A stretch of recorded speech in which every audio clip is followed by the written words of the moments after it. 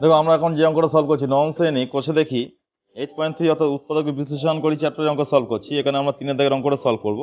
অঙ্কটা কি আছে 8 × p-3 এর কিউব প্লাস 343, সেটাকে আমাদের কিউ এর আকারে ভেঙে নিতে হবে।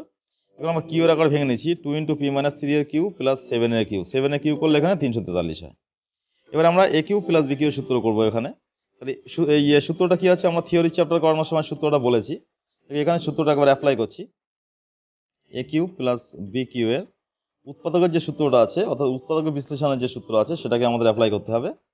সূত্রটা কি আছে a plus B into A square minus A B plus B square. আমরা এই সূত্রটা এখানে অ্যাপ্লাই করবো। তাহলে a প্লাস বি লিখেছি into A square minus A B plus B square.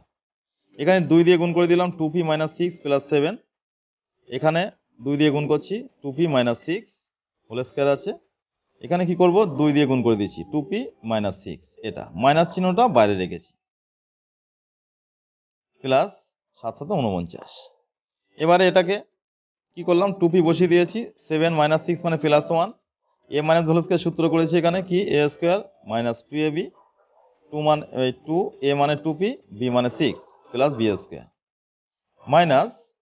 এবারে দেখো 7 দিয়ে গুণ করছি, আবার 7 × 14p minus minus plus 42 plus 49 এখানে আছে অলরেডি। এবার কি করতে হবে 2p প্লাস 1টা এখানে থাকছে, এটা 2 × 4 4p square minus 2 × 4 4 6 24p plus 6 6 36 minus 14p এখানে বসিয়ে দিলাম। 42 আর 49 যোগ করতে হবে, যোগ করলে কত হচ্ছে 91, 91। 9 আর 2 11, 1 হাতে 1, 4 1 5 আর 4 9। এবার 2p প্লাস 1টা অলরেডি এখানে থাকছে। এবার কি করতে হবে 4p স্কোয়ার বসিয়ে দিলাম, 24p আর 14p যোগ করলে কত হবে, যেহেতু একই চিহ্ন আছে যোগ করতে হবে 38p প্লাস এই দুটো যোগ করতে হবে 36 আর মানে 91, 6 আর 1 7, 9 আর 3 12, 127।